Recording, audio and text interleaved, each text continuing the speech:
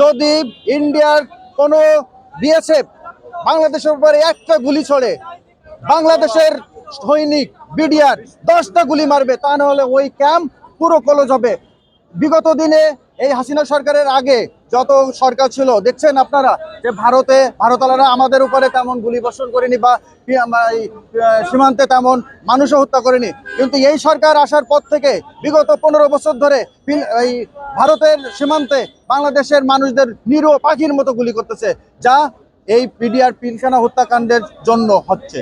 যদি ওই অফিসার আজকে সবাই এই বাংলাদেশের জীবিত থাকতো, তাহলে ভারতালারা আমাদের দিকে চোখ তুলে তাকানোর সাহস পেত না। আর সেখানে আজকে আমার সীমান্তে নিরীহ মানুষদের উপরে নির্মম ভাবে পাখির মতো গুলি করে করে মানুষ মারতে চাই ইন্ডিয়ালারা।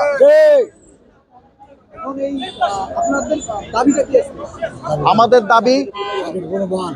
দাবি নিরপরাধ নিরীহ বিডিআর যারা জেলে আছে তাদের মুক্তি, নিরপরাধ নিরীহ বিডিআর যারা চাকরিচ্যুত হয়েছে তাদেরকে চাকরিতে পুনর্বহাল সুযোগ সুবিধা সহ তাদেরকে আবার পুনরায় চাকরিতে বহাল করুক, এটাই আমাদের মূল দাবি।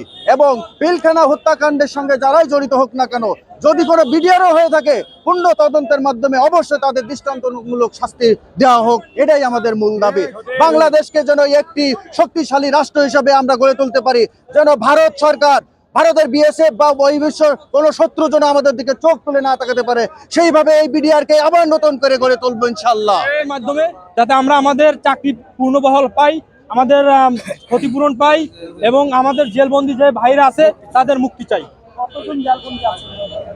এখন 800 প্লাস জেলবন্দি আছে, তাদেরকে আমরা অনেকে মারা গেছে, তো যারা এখন আছে আমরা তাদেরকে নিঃস্বার্থে মুক্তি দিতে চাই। যেহেতু এখন আবার একটা স্বাধীন কমিশন গঠন করা হয়েছে, এই স্বাধীন কমিশনে যারা দোষী হবে তাদেরকে সাজা দিক। অন্যত নিরপরাধ দেশবাসী সবাই জানে যে এটা চক্রান্ত ভাবে করা হয়েছে, তাহলে কেন ওরা এখনো জেলে থাকবে? কেন জেলে থাকবে? আপনাদেরকে আমি আরো একটা কথা বলতে চাই, এই ফ্যাসিস্ট সরকার, এই স্বৈরাচার সরকার আপনার বিএনপির বহুত নেতাকর্মী, 20,000-এরও উপরের নেতাকর্মীদেরকে আটক করেছিল। তাদেরকে নিঃস্বার্থে কোনো কিছুর বিনিময় না, কোনো কিছু জিজ্ঞাসাও করে নাই, তাদেরকে ছেড়ে দেওয়া হয়েছে। তাহলে এরা যদি দোষী হয়, আমরা তো স্বীকার করছি, যদি আমার বিডিআর ভাই কেউ দোষী হয় তাকে আপনি সাজা দেন, তাহলে কেন এই 800+ লোককে আটকাই রাখা হবে? 5টি মাস অতিক্রম করা হয়ে গেছে, তারপর কেন তারা জেলে থাকবে? যখন আবার নতুন করে স্বাধীন কমিশন গঠন করা হয়েছে, তার মানে কি এইটা পূর্ণ তদন্ত করা হবে, তাহলে তো তারা আর জেলে থাকতে পারে না। কেন এখন আমাদের ভাইরা জেলে থাকবে? তাই আপনাদের মাধ্যমে আমরা প্রধান উপদেষ্টা এবং যে যত উপদেষ্টাগণ আছেন তাদেরকে বলবো যে আমাদের ভাইদেরকে নিঃস্বার্থে মুক্তি দেওয়া হোক,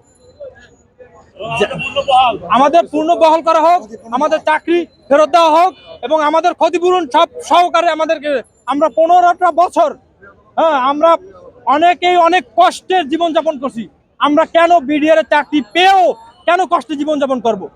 20,000 লোক প্লাস চাকরিচ্যুত করা হয়েছে। 20,000 লোক কি দোষী ছিল? যেখানে পরিকল্পিতভাবে হত্যা করছে, হত্যা করেন বিডিআর উপরে নাম দিয়ে দেওয়া হয়েছে যে এরা বিডিআর বিদ্রোহ। আসলে তো বিডিআর বিদ্রোহ হয় নাই। তখনকার যারা সাংবাদিক ছিল তারাও বলছে যে এটা বিডিআর বিদ্রোহ হয় নাই। তো যখন বিদ্রোহ হবে না, তাহলে সেখানে কেন আমরা কষ্ট পাবো? আমরা আপনাদের